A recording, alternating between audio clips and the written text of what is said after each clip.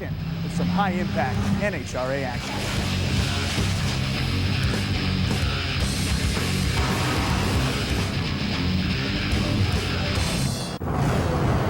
Now, we don't want to tell you what to do, but we strongly suggest you keep your eyes on the television. In fact, you might not even want to blink. We've got crashes, fires, close calls you won't believe.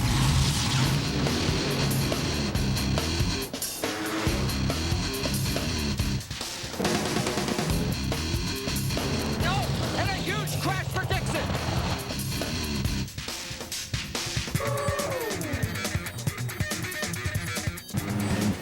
That wasn't him going through the car wash. That's plenty of oil. Jason Line and his pro stock, they do it. He's got problems again.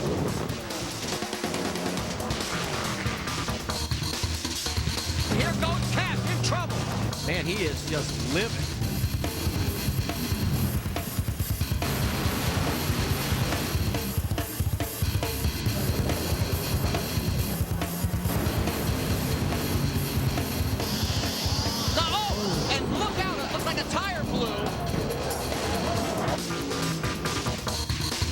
Literally just lifted it right off of the frame.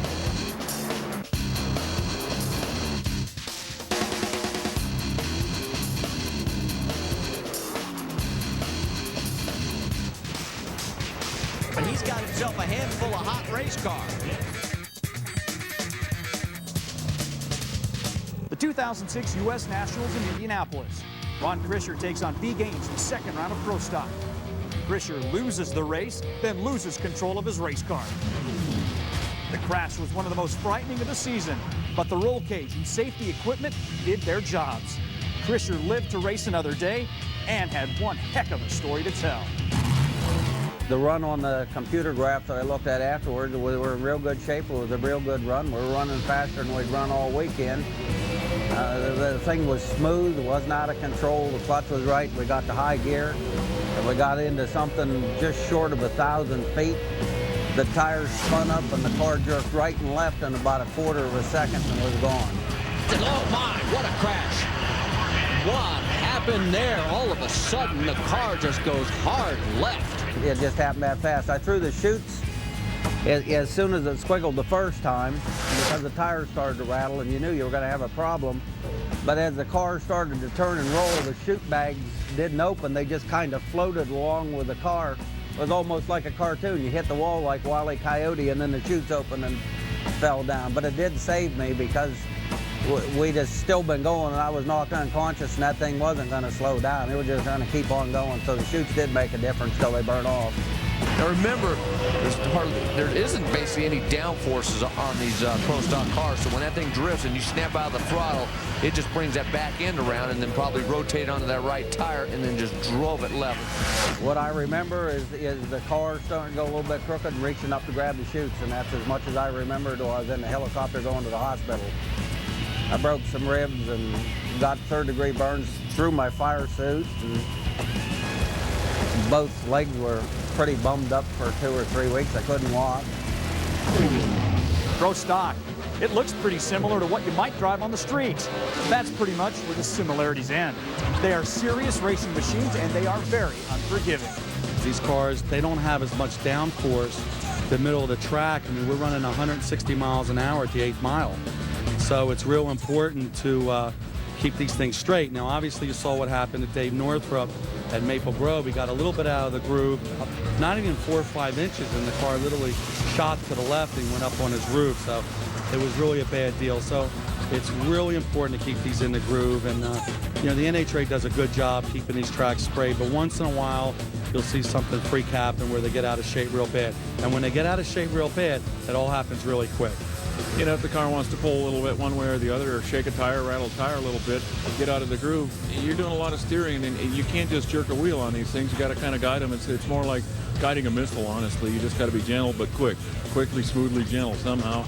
In the middle of all that, you're trying to shift gears 5 times in 4 seconds. You know, by the time we get to the first 8th mile, which is about 4.5 seconds for us, we've shifted all 5 gears. So, and you've got to hit it within 100 RPM of your target RPM. So it's just a lot going on. You know, you've got to concentrate straight ahead on the racetrack, concentrate on that chip light and hit that, you know, dead dead on the gun and keep the car straight and in the groove, because if we get 6 inches out of the groove, they break traction and then they just don't want to ever come back to the groove, and you got your hands full, and you'll see a lot of them go upside down. So they can be a wreck when they're out of the groove. Coming up, Bruce Pedregon tells us what it's like to sit in an inferno at 300 miles an hour.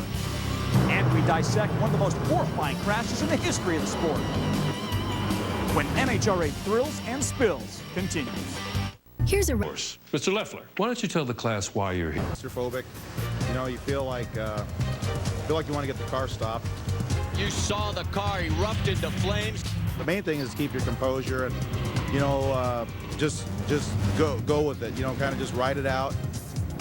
Welcome back to NHRA Thrills and Spills. It's hard for a lot of us to imagine being strapped inside the tight confines of a fuel funny car like John Force's 2003 championship ride and then going 300 miles an hour. Now imagine being in here when everything around you bursts into flames. Unfortunately, it's a feeling Bruce Pedregon got to know all too well in 2006. When you jump in a funny car, any kind of car, race car for that matter, you need to prepare for the worst. Whether that's pedal in the car might smoke the tires, or it might get sideways, it might blow a tire. You need to be aware of these things, and when it does happen, you were better prepared mentally for it. You can react, respond. You never climb into these cars thinking that you're going to just go along for the ride, everything's going to be great. You need to mentally rehearse, so to speak, what might happen in the event you do catch on fire. Whoa, look out! Holy smokes! Wow, unbelievable. It was a hot fire, got in the cockpit. I don't know, we have to figure out what's going on when the fire's in the cockpit. That's definitely, it got hot in there. I was trying to bail out. I wanted to get the car relatively slowed down. I didn't want to be crawling out of the thing when it's, when you think you're going slow, I think to be going 80 miles an hour as fast as these things go. But hey, that's a not so fun part of driving funny cars. Fires are a part of the game. That was a big-time fire. That thing when they just keep burning like that, and when they get that black smoke billowing out, that's going to be hard to put out. Unfortunately, I've had a lot of my mental rehearsal has been reality. But I think a driver needs to prepare for that. Anytime you strap in one of these cars, they're great. They're a great ride when they're right, but when things don't go right, they're not so fun. But main thing is get the car stopped. You want to unbuckle your belts and hop out of the hatch, but you got to get the car slowed down enough first, unless you're going to be like Superman and start growing wings and flying out of there. Crashes and mishaps are just part of the job when you're a drag racer in the NHRA. They know every time they put on their helmet, they have to be ready for the unexpected. Drivers hope for the best, but prepare for the worst. And it's that preparation that keeps drivers safe in instances like this. Hold on!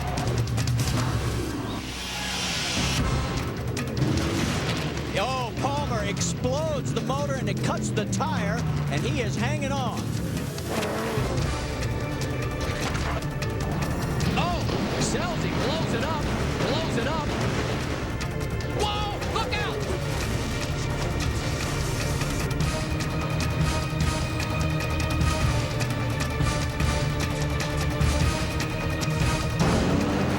Melody's on fire. The chutes have been burned up. Hold on, Mel.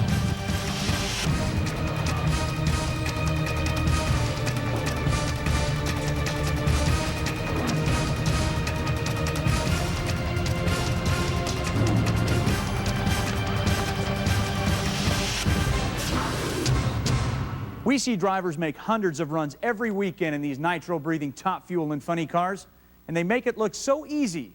But let me tell you, it's not just a matter of simply stepping on the gas. From the time these guys strap in until the car stops at the far end, they are working. If you don't believe us, you might believe top fuel driver Doug Herbert. Today we're going to talk a little bit about the procedure that we do, running the top fuel car, starting it, doing the burnout, backing up, making the run. First thing, that before the end of the track, usually you're going to anticipate the end just a little bit. Cars are actually pretty easy to drive when things go smoothly. This is Don Perdone's last ride in '93, Larry Dixon's first in '94. But when the cars don't get traction and hook up like they're supposed to, that's when drivers have to start working the throttle. And that's when you get what's called a pedal fest. Both in smoke, we go into a pedal fest. Whoa! Uh-oh, that's a job. Man, it's a pair of bucket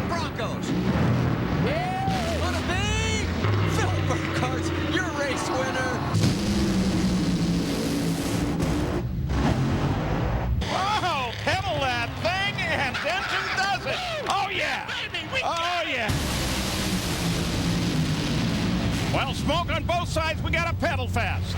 And Hillary Will takes it. Pedal fest. Who recovers first? And it is going to be Phil Burkhardt. There's more NHRA Thrills and Spills right around the corner. Don't want to miss a second of it. We'll show you some of the most amazing crash action you've ever seen and hear firsthand what it's like to be strapped in to go for a ride like this. Here because we're on board with the drivers of the NHRA. We're going to take you along for the ride. Hold on.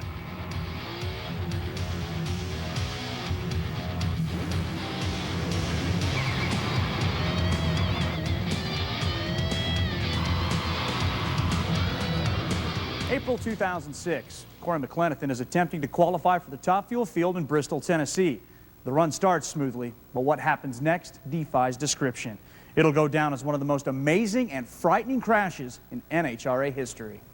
Even the starting line, it was like any other run. I mean, in the middle of the track, it was pulling good and hard, and just about three-quarter track. I mean, things happen so quickly in these Top Fuel cars. I mean, my Framboos car went from seeing directly at the finish line and being in what I call the comfort zone of being ready to hit the chutes at the end to being completely inverted, looking straight down and seeing the sparks. And at that point in time, you know you're in trouble. You just don't know how much trouble you're in. It spun around so quick on me, I had no idea where I was on the racetrack, other than be able to see the white wall and seeing the blacktop and the couple hits that it took, especially the one to the back. Definitely got my attention. I hit that wall and it was thinking, okay, it's going to stop here. Swung back around into the fire again, but knowing that I had all the safety stuff on, knowing that it was coming to a stop, my hand was on the belts, you know, ready to stop and get out of the car. But when it's happening, that first hit happens so quickly. But after that, it's all that scraping and knowing, you know, you're seeing the fire and being involved in it. Things slow down, and you're waiting for that last stop, just waiting for it to happen, hopefully not to hit the driver next to you, not knowing exactly which wall I was against. You know, all I could see was blacktop and white wall, blacktop and white wall. So you don't know exactly where you are, but it seems like an eternity for waiting for the car to stop. Corey McLenithan in Friday night qualifying literally cut the car in half. They've brought a new car in, they've got it assembled, and he's going to run. It's the only thing I've ever done. It's my passion. It's something I love very much. So the sooner the better for me to get back on the horse, basically, and get back in that race car and go out and do my job. Corey McLenithan's crash wasn't the first of its kind in Top Fuel. In the last few years, we've seen some remarkably similar incidents, all involving chassis that seem to just break in half. How does it happen? 22-time national event winner and ESPN analyst Mike Dunn shows us. Well, over the years, we've seen some pretty catastrophic chassis failures on the Top Fuel dragsters. Well, to understand how that happens, first I think you have to understand how a Top Fuel dragster works. Basically, it's a 300-inch wheelbase race car with a front wing and a rear wing. The front wing will create about 1,600 to 1,800 pounds downforce at speed. The main purpose of that is to keep the front wheels on the ground so the driver can steer. Then you go back to the rear wing of the race car. It creates about 7,000 pounds of downforce, and the purpose of that is obviously to keep those rear tires planted to allow the maximum amount of traction. Now, the Top Fuel chassis is basically in three parts. You have the driver cockpit area, also known as the footbox, where the driver sits. Obviously, you see a lot of tubing here for safety reasons to keep the driver safe in the event of a crash. Very strong area. Then you have the front half of the chassis. You can see much less tubing, a little bit thinner tubing. That allows the chassis to be able to get the flex that it needs to be able to accelerate down the track. You have the back half of the chassis where basically you have the engine and the drivetrain connected to the driver compartment. Now, what happens when these engines are making 8,000 horsepower and the amount of torque that they make, they're trying to pretty much rotate the rear end around, especially with all that wing downforce. When that happens, it puts a lot of stress on the chassis where it connects to the drive area, mainly on that bottom tube and the top tube, and you can see failure from all that stress on these chassis. And of course, the NHRA is always looking to improve the safety of these cars. In the area of the tubing, there's a couple of things they're looking at. Heat treating the tubing to make the tubing stronger, also the diameter of the tubing, and the thickness of the tubing, the wall thickness. And of course, as with everything on these race cars, it's an ever-evolving process. Stay right there on the edge of your seat. We're just getting started. There's still a ton of crash bang action ahead. You'll flip for NHRA Thrills and Spills. We got this. Haven't had enough yet? Good, because we still have a lot more breathtaking footage to show you. Better fasten your seatbelt.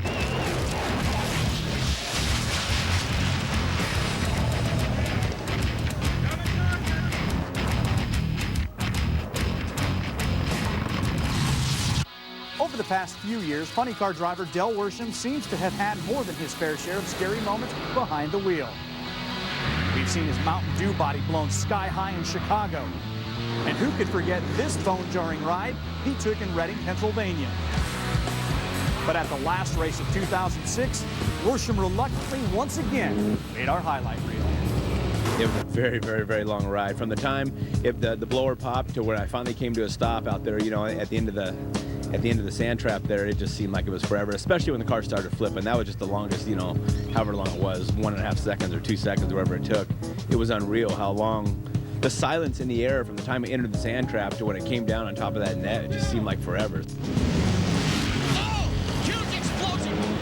Hang on. Can't get stopped. He's in too.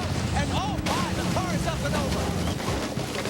The tin work and dash work of the car had gone up in front of the windshield. I couldn't see where I was going at that point. I had zero vision and no parachute. So I'm on the brakes and the car's just hopping along, and I felt it hit the guardrail the first time in the wall, which was actually kind of nice because it did scrub some speed off it, and you can feel it scrubbing speed off. Came off it again, hit it again, and when it entered the sand pit, and I heard it, I felt it enter the sand pit, I felt the rear of the car raise up, and when it raised up, everything just got very quiet, and it just catapulted, and there was just dead silence for a long time. And when it came down, the noise and confusion in the car was unbelievable.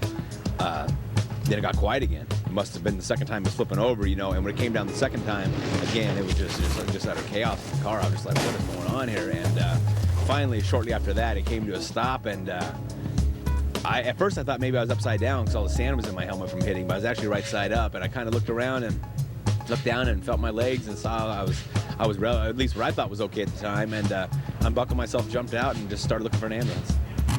On our NHRA Powerade Series telecast, we've featured top fuel driver David Grubnick in a segment we call Grubby's Garage.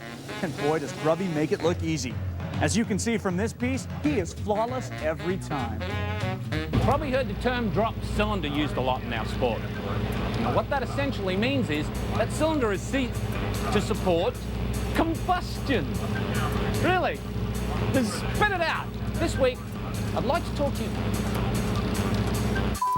The other thing that's very hard is the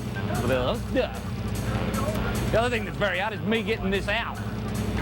Combustion. You see, it's a lot more difficult to light. This makes it even more difficult for just about nailed it. You take 482. Really? What's that? Let's go again. Is that right? Did it sound right? Very difficult job to keep these motors running on all 8, and the crew chiefs do a good job doing it. That one. Let's go with the other 2.